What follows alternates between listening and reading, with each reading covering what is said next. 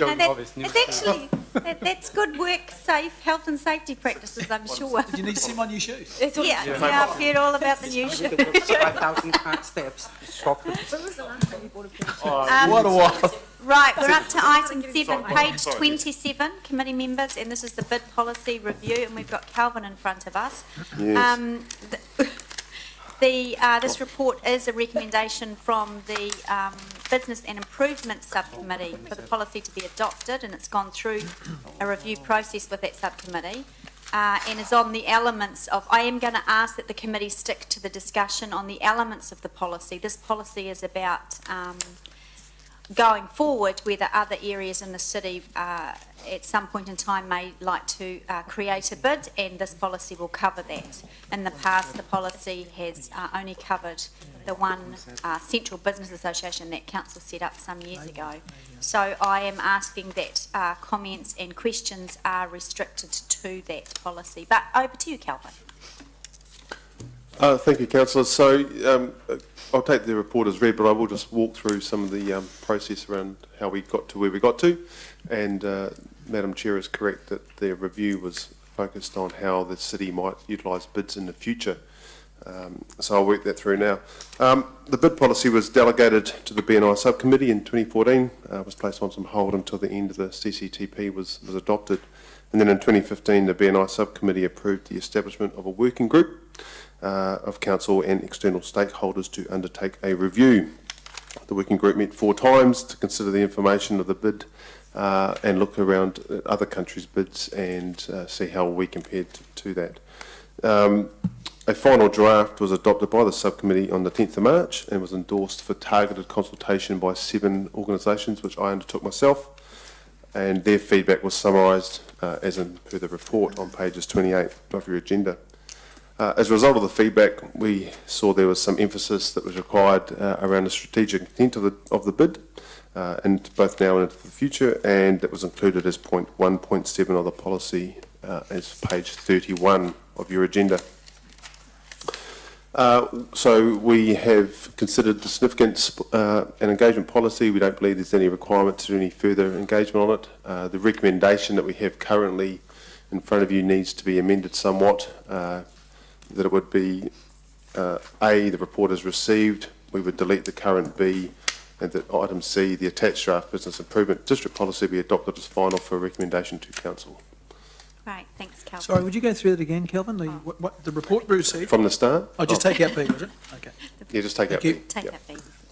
So, questions, Councillor Mallett. Right. Thanks. Thank you, Kelvin. Just a point of clarity, and it might just be a little bit sloppy drafting. Page 33, paragraph 2.3.11, the register of eligible voters must be agreed by council staff. Do we, shouldn't that be the council CEO? I mean, council staff's a very sloppy term. Well, it would also include as delegation in terms of, it could be myself, because that's where the current... So wouldn't it be better off if we put, things either get delegated, are the council decisions or the CEO, aren't they? Then there's, yes. he's everything else. That's fair. And so that should be the CEO? Yes, you can make that. Thank you. And then just on page 32, I think what we're trying to say, this is just trying to be clear as to who gets a vote, what the entity is that qualifies for a vote on the bid. Yes. The policy is based on one person, one vote, but I think what we mean is one property, is that right? One business, one vote. So one business, okay, so is that written, where's that, just our definition of a voter needs to be, I couldn't find a really clear definition of what a voter was. We could look to clarify that point, either as a definition or within that clause. That wouldn't be difficult. Whereabouts are you on the page? So page 32. 32 on And the big paragraph's 2.3, a register of eligible voters, and then it goes through to talk about some stuff, and then it talks about who is eligible to vote, and it's, I don't think it's clear enough there, but sure. Okay, thank you. So we can work that through. But so it's supposed to be one business, is that correct? That's the entity. Correct. So there could be 2 businesses within a property, within a tenancy. Correct, absolutely correct. Yes. So like a mall Yeah. or any property owner has got different businesses within it. The membership of the bid is the business owner as well as the property owner if they wish to be a member. Okay. So, but a voter may not necessarily pay the bid. Not pay the, So going to, it's Yep. always good to take things to go to the absurd or the extreme to, say you've got a small property in town. Yep. And there's a one-man accountant, not trying to be sexist, one individual accountant, one real estate agent, a insurance broker, advertising agent, a PR guy, an HR guy. So you've got one building with maybe 8 separate businesses in there. correct. So that would generate 8 votes. So I'll just take us back a step. Yep. And perhaps if we talk about how the bid is funded. Yes. So the property owner is a targeted rate. So it's a capped rate of currently 270,000. And the way that is tailored is the bid does their survey of all the businesses who wish to be a member. They are known as separate SUIPs. I can't remember the terminology, but they are effectively a Yep. business within the mall. So if there was, and to your example, if there was 10 businesses within the property owner charges each one of those businesses $230. 219 or 200, whatever it was. Yep, $230, and then some of them businesses they pay okay. themselves to the property owner, and the property owner is then targeted on that basis. And then the difference between the number of businesses times $230 is then equated across the property value of the property owner. So that's on page 40 of your agenda, attachment 2. So that then the membership, that's how the targeted rate is done. But the voting of that is down to on a business proportion. So businesses who then become members of the bid. Okay, so just to be very clear, because Yep. I'm big on this taxation without representation type thing. I've seen it, yes. So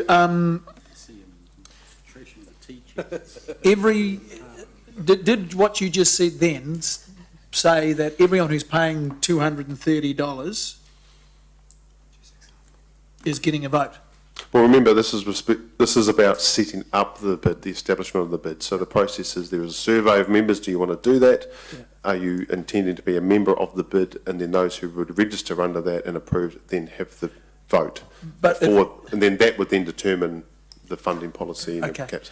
But once the bid, if the bid is established, Yes. well, there is one existing, Yep. of course, but whether or not you voted for it or against it, you're going to be levied, aren't you? Is that right?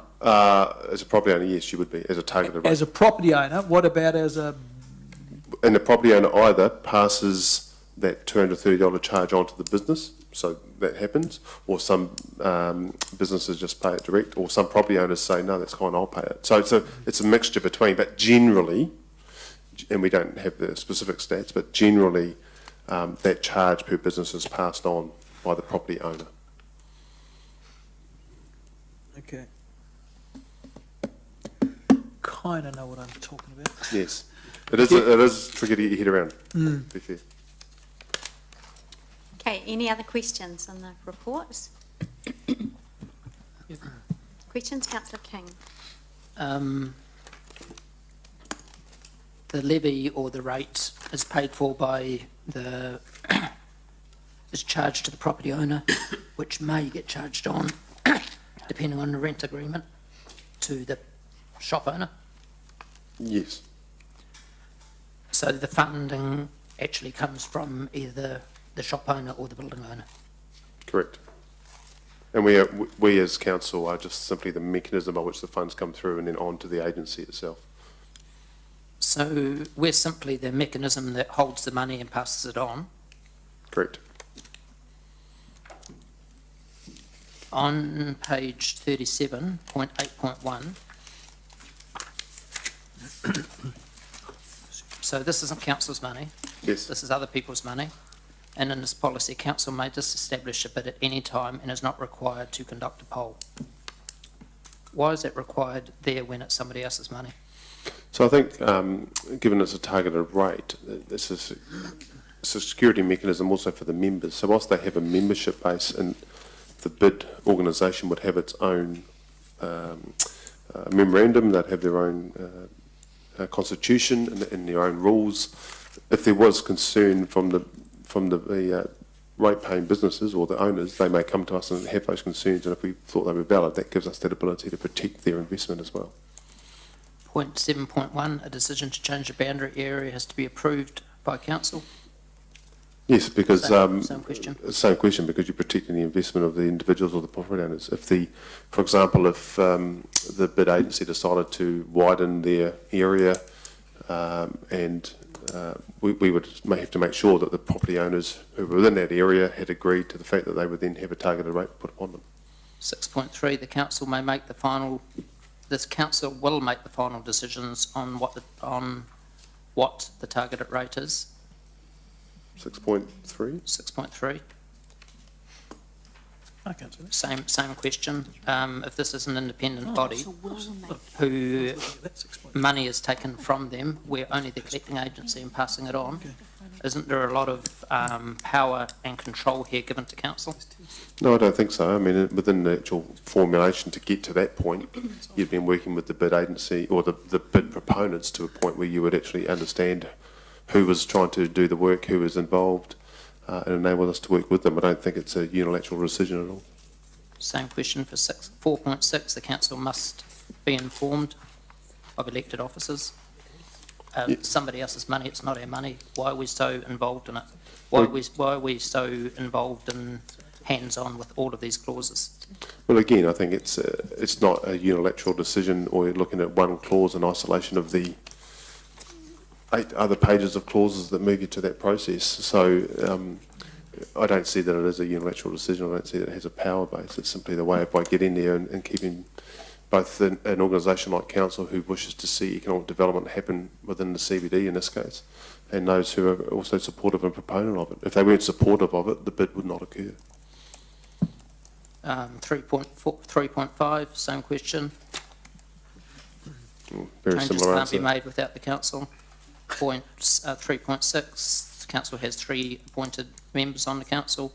Point 3.1, Well, no, actually, we have the ability to we don't have to appoint, so it's a minimum voting of 5 and up to 9 members. So again, it may be that was there in a discussion around that was if the 5 members felt that they were lacking in certain areas of skill, whether that be financial or legal or marketing or development, then they may come to us and say, look, we'd like you to consider that we have some gaps there. Would you consider appointing a member who may be able to fill that skill gap? That's the type of nature of debate that was around at the time. same point around 9.6, consultation with council. 9.10, when council has concern, they can withhold the funding of other people's money. It council's all over this. Isn't this organisation just a puppet of council? No, because we're talking about a policy, not an organisation. But it's fully controlled by the council, not by. No, because it's not- this is about how you would establish the bid, and I think that in terms of alignment between council plans and the wishes and desires of the property owners and business owners, you're trying to make sure that there's clarity and alignment between that. And that would certainly be the case. Once the organisation is set up and established, the rules by which they are governed by their membership are theirs and theirs alone. So, 9.7, same question. Council and the bid association will agree on KPIs. And I think that that's reasonable in terms of the alignment between why you would set a bid up and why we would have a policy like this, and then the endeavours and aspirations of the business community. So it would make sense for us to align and have those KPIs aligned at the start. I agree that that is sensible. Mostly So let's sensible. have a look at the KPIs. This has been rolled out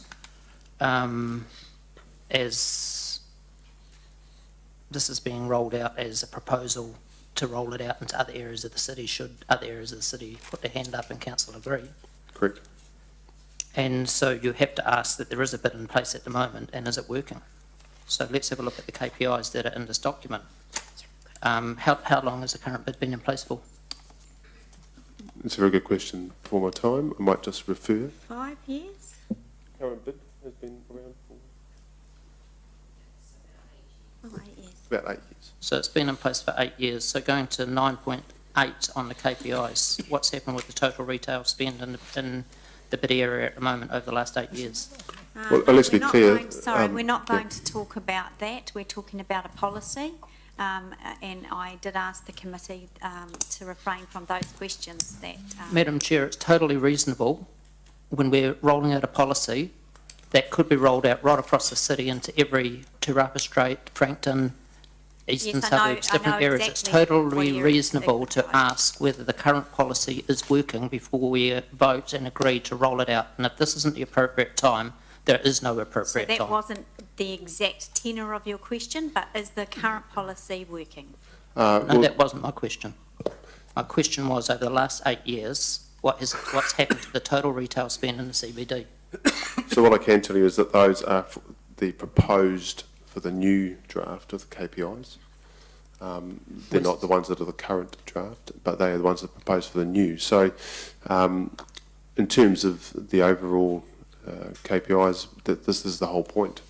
I think this is what the review identified, but there would be a greater alignment between the aspirations of the council and the business association in and of itself to ensure that we align our KPIs and they're delivering to the same things. And I mean, in terms of performance, the current bid has presented to the B&I subcommittee every year, twice a year, on their performance and their reports and their plans, and to date there has been no comment on that. The point is over the last 8 years, with the KPIs that we're proposing for this plan, when we've had a bid in place that we're looking at rolling out to other areas in the city, Yes. what has happened under these KPIs that we've got in this policy?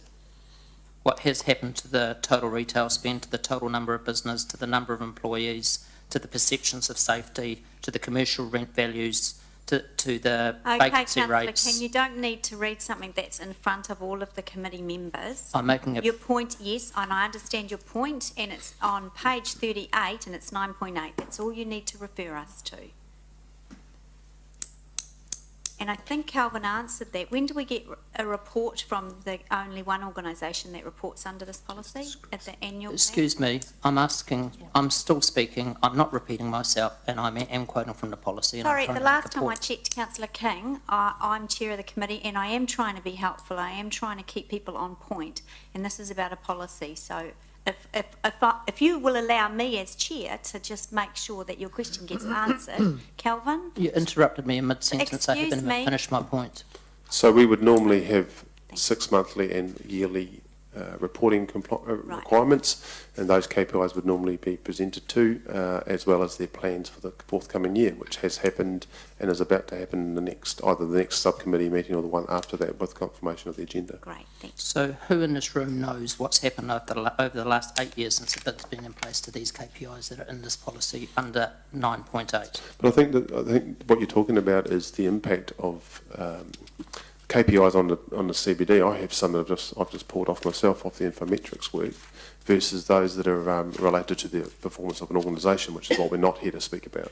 So the CBD, if you would like, we know that the retail vacancies are at a 10-year low at 9.4%, and we know from the Infometrics report in the last year the GDP of the CBD, which includes Whitiora, because it's at the lowest census level, is at 8.1% growth.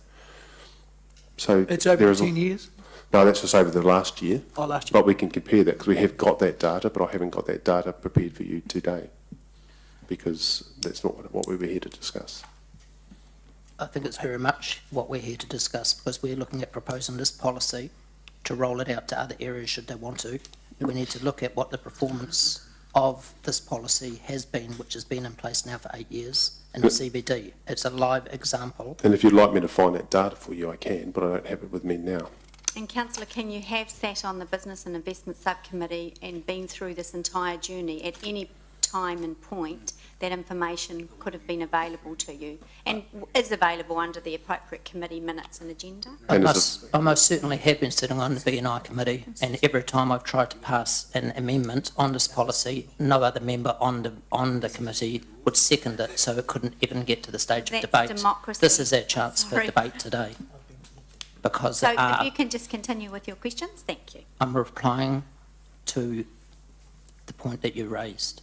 I am on this B&I Yes, committee, yes, I as know. you pointed out. I just said that. Just continue with your questions, councillor. There is some very good data available on our Infometrics website, which does pull that up, and we have got quarterly and monitoring data, and we can get it to that level of detail. But again, that is about the performance of the CBD, and then the question about this is the role by which we would like the bid to play a role in that and how that might work in the future. And certainly that information, staff could get that information of previous reports to Councillor King, because as we know, this goes to council, and he would have time to read over that information if he felt it was appropriate. Correct. Yeah, thank you. Yep, we can do that. Would you agree, if you haven't got the figures in front of you, that the perception of the KPIs in 9.8 over the last 8 years since the bid's been in place would indicate that the bid has failed?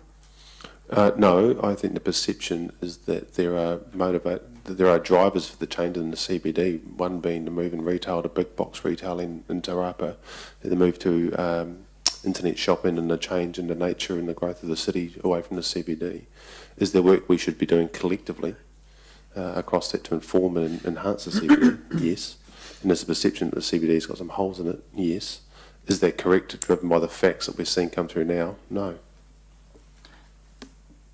Have other groups approached you with other ideas apart from a bid which we could look at? Yes, yes, they have. We haven't progressed yet with, and we could have progressed in parallel with this so that we're putting the two up today, but we haven't. We haven't got that far with the other one because this council hasn't put any resources in to working on the other proposal. No, that's incorrect. So the resource that has been put in it has been my personal time and my time as a staff member and expertise in this area.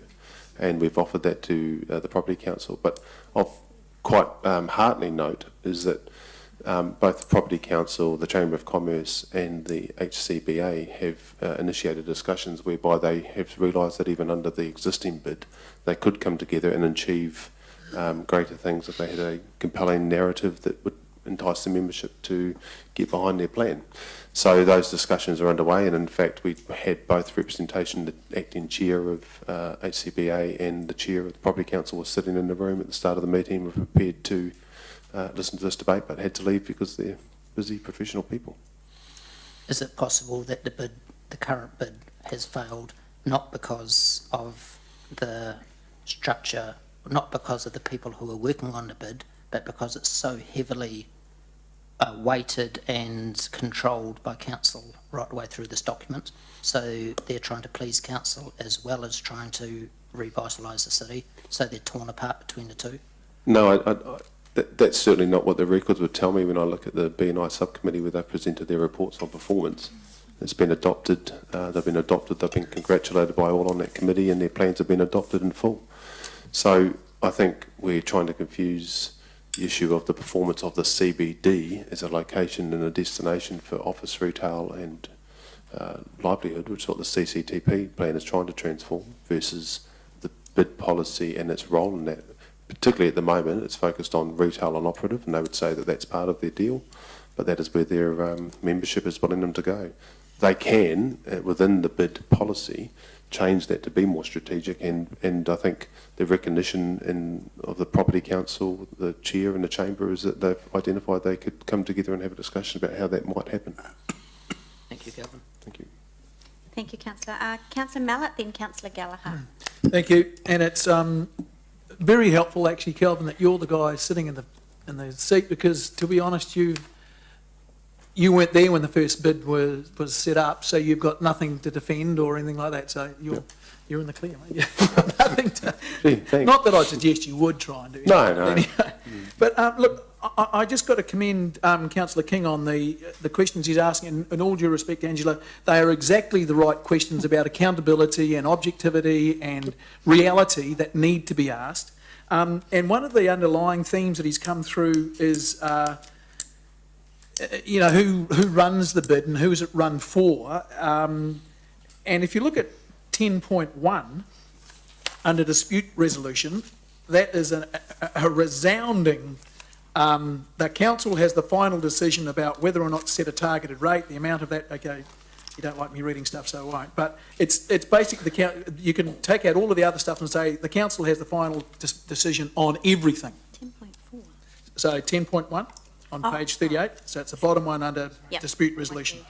So this is a creature controlled, owned, but I mean, it even talks about, the council could not set a rate, not set a targeted rate and fund it from general rates, couldn't we? We could, I guess the same way we do with our theatres and things like that. So what I'm trying to say is that this is very much a creature of council. I don't know that it's a creature of the businesses in the targeted area. To the extent that they have any control, it's important that they are able to react. And that's why I was asking the questions about who can vote and who's allowed to, how do we change the the direction of the ship if it's, because I know I had Les Mills so I was right in the CBD when the first one was set up, and I voted against it because I knew exactly what was going to happen, and it did happen. So I'm just concerned that because this is their money, this is the business's money, so to the extent that the targeted rate is targeted to those people, and some of the people who will be paying the rate will have voted against the bid, but it is very important that they have control, or as much control over this thing as we can, because they're the guys guys and girls who will react or who will feel the pain when the bid is not working. And as I said, you weren't here when the first bid. We can argue a lot, but the CBD has not performed Getting well. to the question, aren't you, Councillor? Yeah, the CBD has not performed well, I think objectively we'd say, and I don't think that the bid at the moment, would you consider that the bid at the moment has performed as well as it could have? Just yes or no, Jim? Under policy. Any answer You took all my, Current you took all my under oxygen away, policy. Gary. Yeah.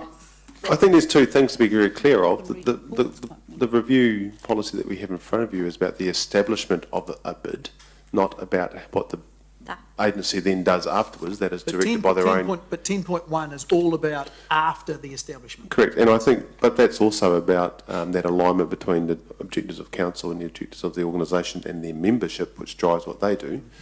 And remember too that this review was actually undertaken by a review panel.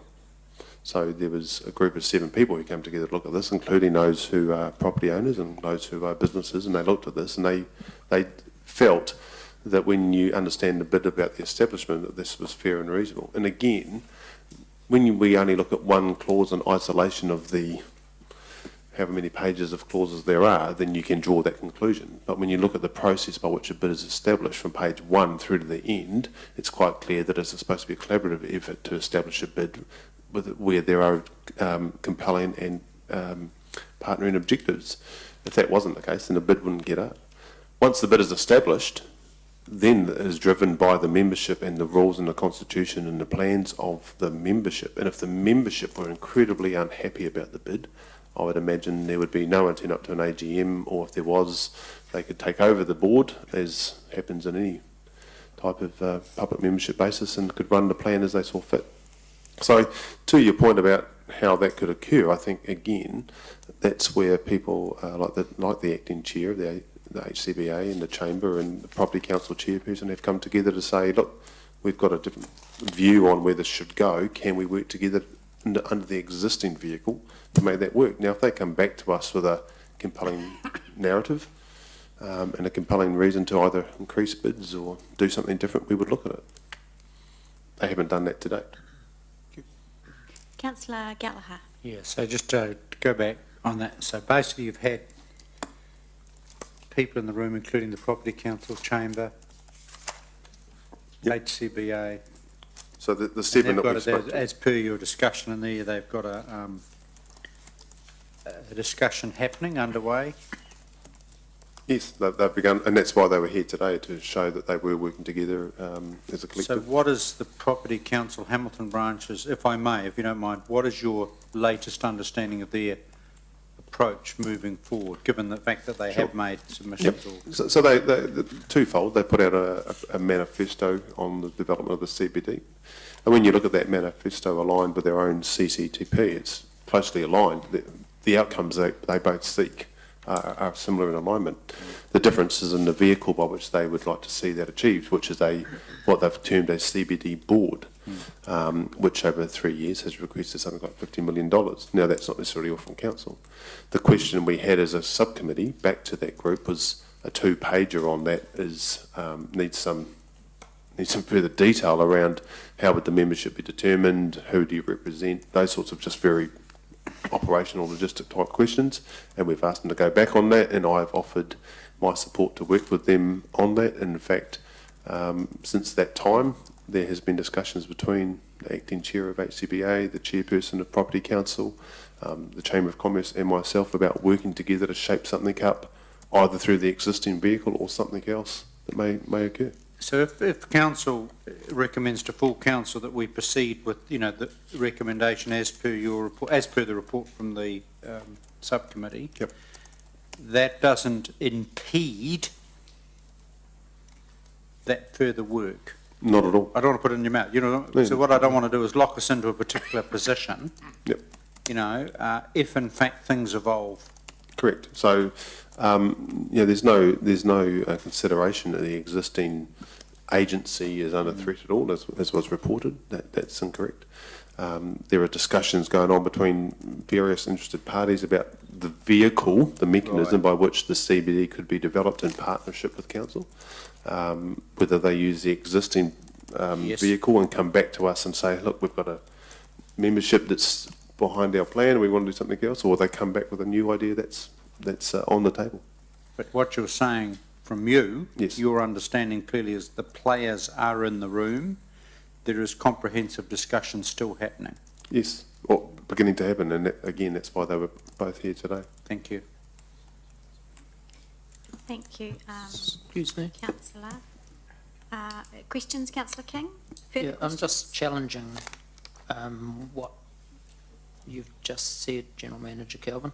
On page 28, you're talking about other people have been in the room to show a united front or collaborative, working together as a collaborative group, I think were the words that you used.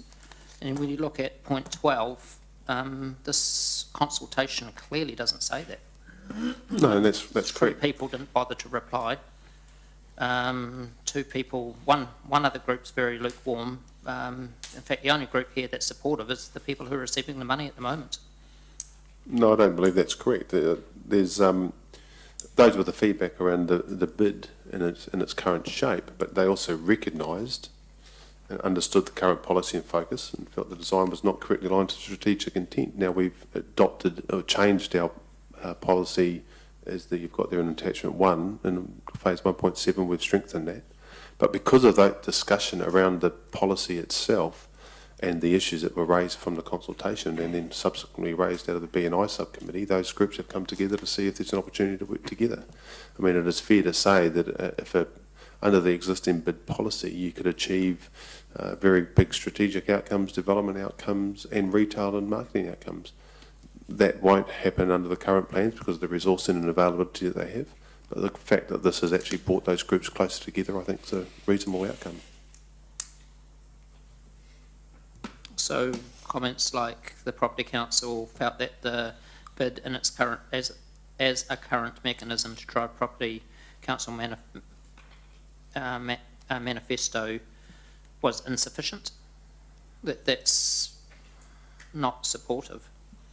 No, it's not, because they believe it needed more strategic intent, which we've changed that as a result of that feedback, and as a result of that feedback and discussions between parties, they're now working together to see if the existing mechanism could work for them, or if they want to come back, as I've stated, with another proposal.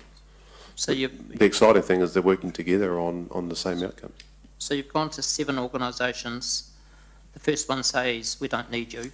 The second one, who's getting the money, says it's great. The third one is very, very, I don't see anything positive there, actually. Chamber of Commerce aren't supportive, and the other 3 organisations didn't even respond. Well, I think that's where they were talking about the current policy and with the review of what we put forward to them. Remember, those are the groups we consulted with. We also had a panel made up of externals that helped form that. So it's not just the feedback of those groups that we went and spoke to, it's also those that were involved in forming the policy. But again, whilst that's what they said at the time in relationship to the policy and its performance, they recognised and are now doing, outside of this report, actions where they're coming together to see whether they have an opportunity to align. I think that's positive. To say that these 7 groups with you in your consultation and to use point 12 as support for a new bid, to me is just fantasy, surely. Sorry, what's your question? You're fantasising, surely. I'm asking you, How is it? where is Yeah, the look, support that comes out of I these guess- 7 groups, apart from the one group who's getting the money? Well, the one group at the top actually says they can see the use for it in the future. They said we don't need you. That's what they That's say. not what they said. They say we don't need you now. But the focus currently is on AFCAM facility services. Maybe in years to come, Yep. in future years. Well, that's what the idea, so the opening comment by the chairperson was, the review of the policy was to enable bids in the future for other areas that may use this in the future. Does the policy review do that? Yes, it does. That's the overwhelming feedback from the review panel. Then these guys said, does that apply strictly to the CBD? So they say, no, there's some weaknesses from their view, but since those discussions and under our work with them, they've come together to see if there is something they could do under the existing policy. I think that's a reasonable outcome from a review process. So no, I take umbrage to the fact that you suggested I'm fantasising, given that's my skill set and knowledge and background. So the North East Community Trust has no council interference whatsoever at the moment, and they work out there very well, and they don't need us. It's Well, I think they do need us. That's That's what actually they're not asking what for. it says. It says could identify the benefit of a bid in the northeast, but not right now. That's what it says.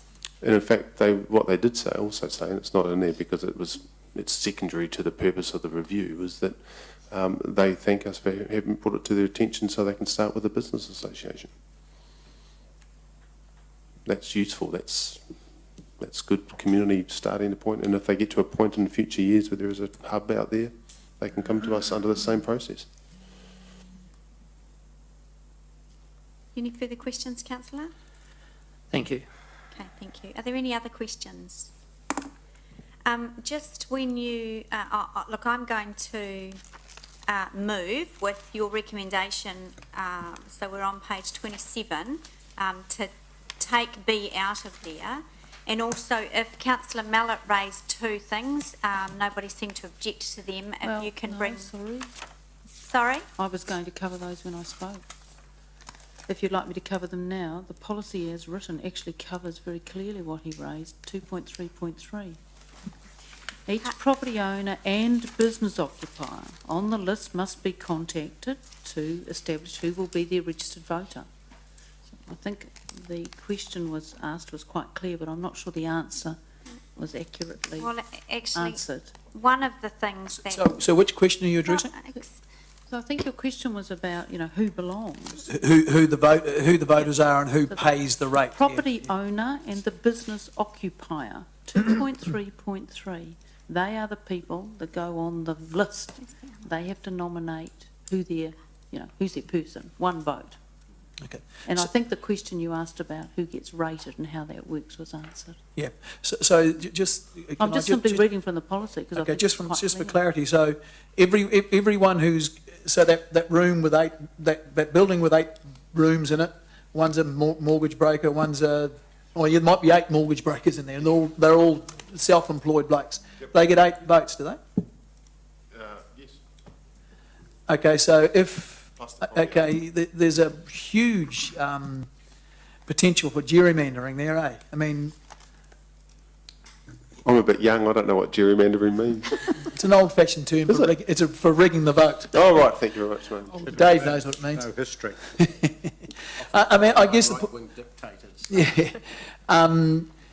Sorry, are we in debate? Or just clarifying because I think Your Worship's raised a point, but I don't know that it does address the question. Well, yes, and actually what I was saying was that you also, Councillor Mallett, raised, a simple change on, where was it? Oh, about 2.3.11, council staff, About yeah. council staff to be CE. So what I was requesting before we moved Yeah. into moving and seconding and debate was that they bring back a tracked change to Aye. capture Yeah. that. That was where I was going with that. And we can do that to the next B&I subcommittee. Thank you. It won't be to the B&I subcommittee, I'm Oh, no, it'll be to assuming. council. Yeah, this Okay, is a oh, to recommendation to council, council, sure. the next council. With those changes, absolutely, no problem. Yeah. Yep. So, sorry, just to be really clear, that will put a little more clarity into the definition of a voter? Because I'm just concerned that you could rig this thing How? by exactly what I said. Gary Mallett Insurance Brokers, and I got 8 brokers working for me.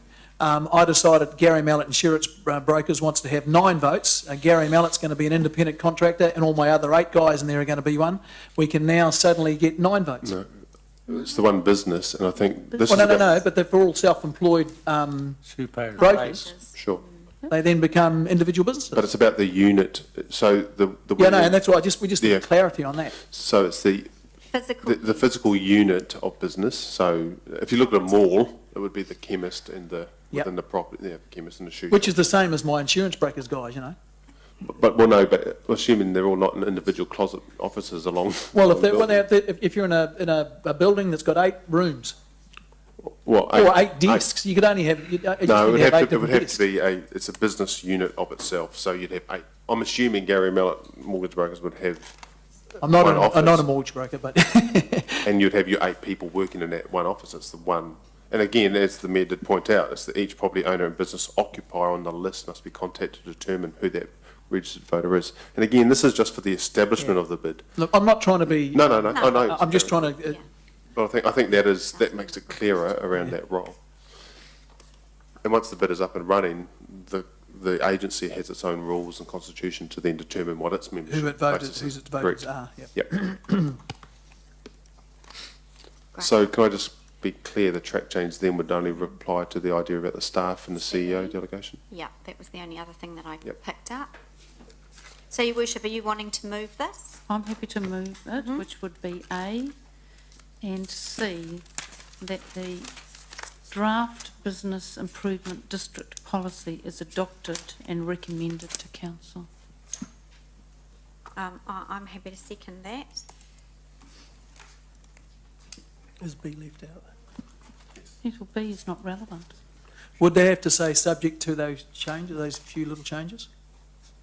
Oh, I suppose, yeah. I'm happy with the policy the way it is. Right.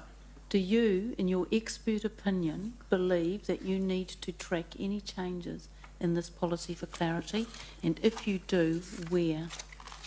No, I don't think I do would need to change it. I think it's reasonably understood that it would come through to a committee anyway because of the nature of the targeted rate. So it would have to go through, because it is a targeted rate exercise, it would have to go through a formal process to be approved before it got there. So for ease of, if people wanted us to motion that, we could, but I don't believe it's needed. So looking at 2.3.2, which I think if Councillor Mallett could look at that, with the assistance of council, who has the, I guess, the information about rating, properties that are rated, and of course also has information on the SUIPs, with their assistance, that list is constructed. Is that sufficiently clear for you, Councillor Mallett, or do you wish to have something either in the definitions or Okay, yeah. in 2.3.2? Okay, a list of property owners, that's very clear because that's a Right. objective legal term and we know who, and my concern is just the definition of business, and business means lots of things to different people. I don't know if it's, and a lot of businesses aren't companies, so they're not registered companies. It might be business taxpayers or something, I don't know. I'm just trying to, If I may and maybe I'm being helpful, over cautious, maybe You I'm being might over be. cautious, it but might be, given that the register, I don't think, has ever been in dispute with the one and only bid, but would it be helpful if that included and businesses occupying the property with reference to the SUIP? Because you see, it's which business operates within the separately used or inhabited part of the property, that is the member. Yeah. So, you know, the unit, as you talked about, your multi-unit. Yeah. So it's that business in there. What is that business? And But I mean, the example I if you've used, got 10 businesses operating within one SUIP, my layman's understanding would be, without our rates expert here, is that irrespective of that, the SUIP is only that. Correct. It's not broken down into No, a it's not broken down further. sub-SUIP. And I don't think this policy contemplates that sub-breaking down. No, it doesn't. So that was the point about the one business unit. So I'm not sure. So perhaps that point should be clarified by the general manager for the council meeting, your point, rather than tracking changes. Yep, Should we okay. get a clarity on it? Yep. So are you clear what clarity you need? What point you need clarified? Yeah, around 2.3.2, around the SUIP as opposed to the business. Yeah, one. and Yep. the example councillor Mallet gave. Yep. Right, thanks. Good. So I don't need to change my motion. Okay, thanks. Councillor Pascoe? Yeah, could I just suggest there that there would be lease agreements between the landlord and the tenant? So wouldn't it be a lessee? And if we have Gary's situation where we have 8 different businesses running in the one building, there would be 8 leases?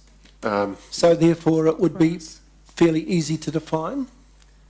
That would be one way to look at it. I think also there's sublease arrangements. It gets very Yeah, I know. difficult. So that's, I mean, if you look at the mall situation, that's the easiest thing to think about. It's one property with But they would have specific- separate leases, wouldn't They they? would have separate lease arrangements, but then in other business, there's also sublease arrangements. Yeah, in- sure, Yeah, in sure. smaller places. I mean, just, But that would help define legally Well, that. could I suggest, guys, that in order to rate, Yes. the rate goes as per the SUIP. What the property owner does in terms of its categorisation of that charge is up to them, Yes, isn't it? That's It's right. not- Some pass it on, some pay it themselves. Yeah, yeah.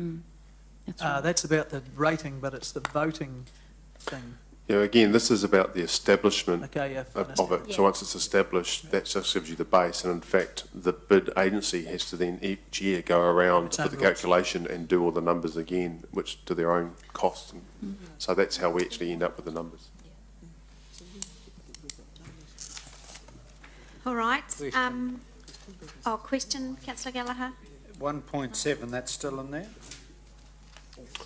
Yes, Does- yeah, because that's the change around strategic intent from the It's round not of in the, consultation. mentioned the, but it sits, so when we adopt, Correct, it. we would adopt that. All right, so we have a motion. Is it up on the board? It's just simply A and C on page 27, and that's been moved by the mayor and seconded by myself. Your worship, would you like to speak to that? Could I put up an amendment, please? Oh, yes. What's your amendment? That the report be received. Is there a? That, Oh, sorry, carry on. that this report be held until the council has time to consider and compare a policy for an independent board to control the present CBD bid funds.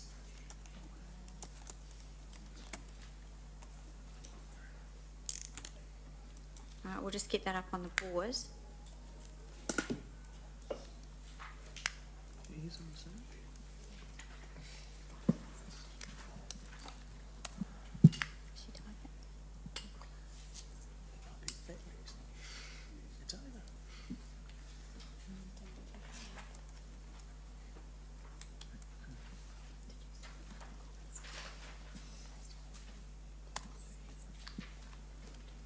You know, CE, if we were connected to the technology of are we in the 21st century? Then perhaps councillors could have the amendment typed and send it through an iPad and ping on the board. Just a suggestion. No comment.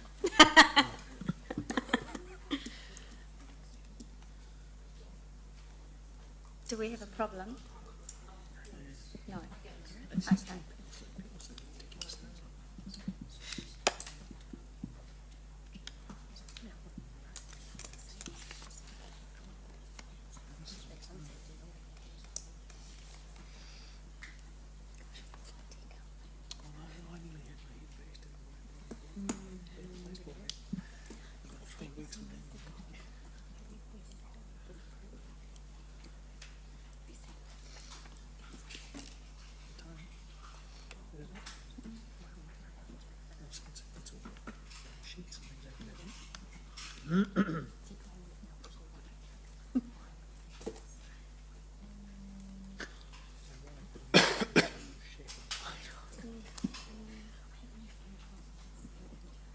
Councillor Mallett, would you like to tell us the story of your shoes while we wait?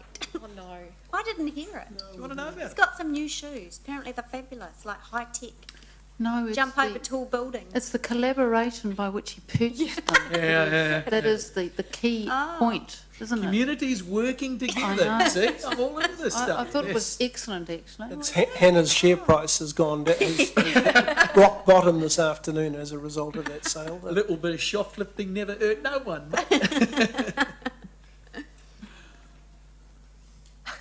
Councillor You really Wilson want to wants hear it? to know. No. Clearly some people already have heard it. Should we have a staff report? Okay.